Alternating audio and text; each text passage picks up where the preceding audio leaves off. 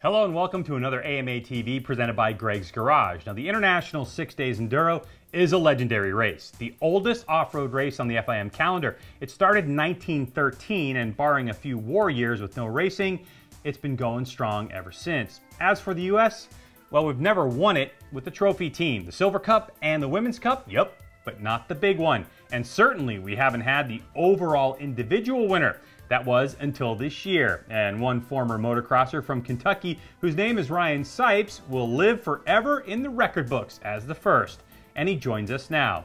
Hey Ryan, how are you, man? Hey, doing good, just hanging out. Now Ryan, one of the reasons we get to talk to you today is because you are the first American to win the individual overall at the ISDE ever. Congratulations. How'd you do it?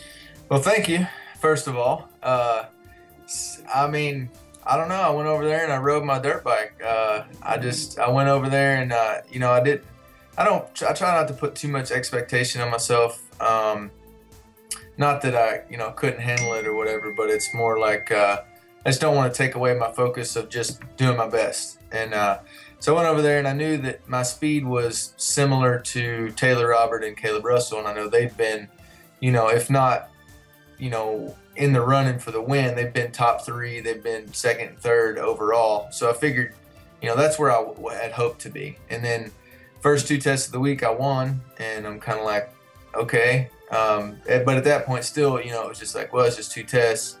But as the days went on and I kept building my lead, after day 4, I crushed them. I won 4 out of 6 tests and put 32 seconds on second place. At that point I knew I could do it, and then it was just hanging on to it.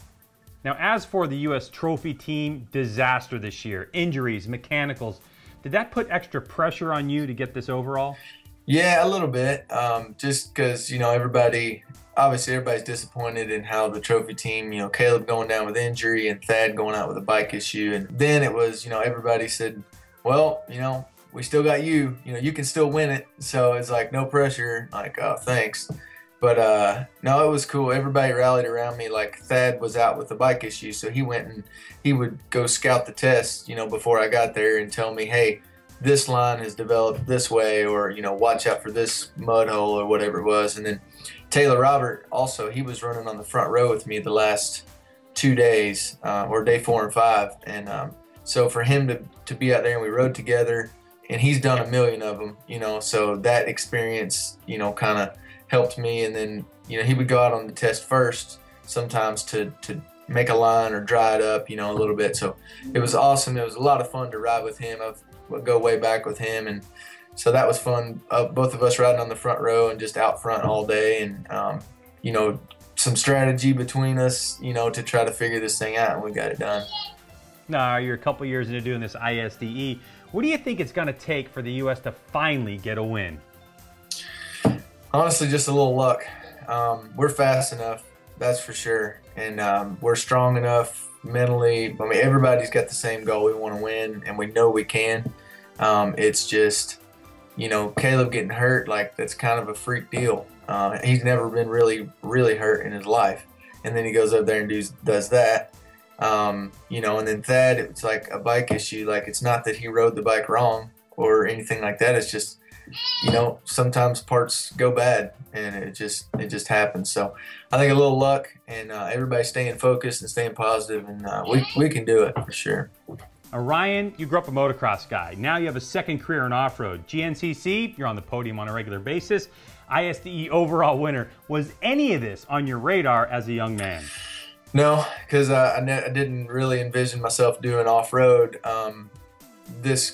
I kind of imagined it as, you know, I'd race moto till I was done, and then I would just ride for fun or whatever. And then it was kind of, you know, I started keeping track of GNCC a little more, and made friends with some of the guys, and it was like, maybe I can do this, you know. I try to transition over into that, and then to be chosen as, you know, one of the guys on the trophy team as a huge honor, and then to win this thing, yeah, it's pretty neat. And never, you know, that's not one of my dreams, you know, as a kid, but I'm I love off-road. Like now, last year I didn't because I struggled, but now I'm having fun.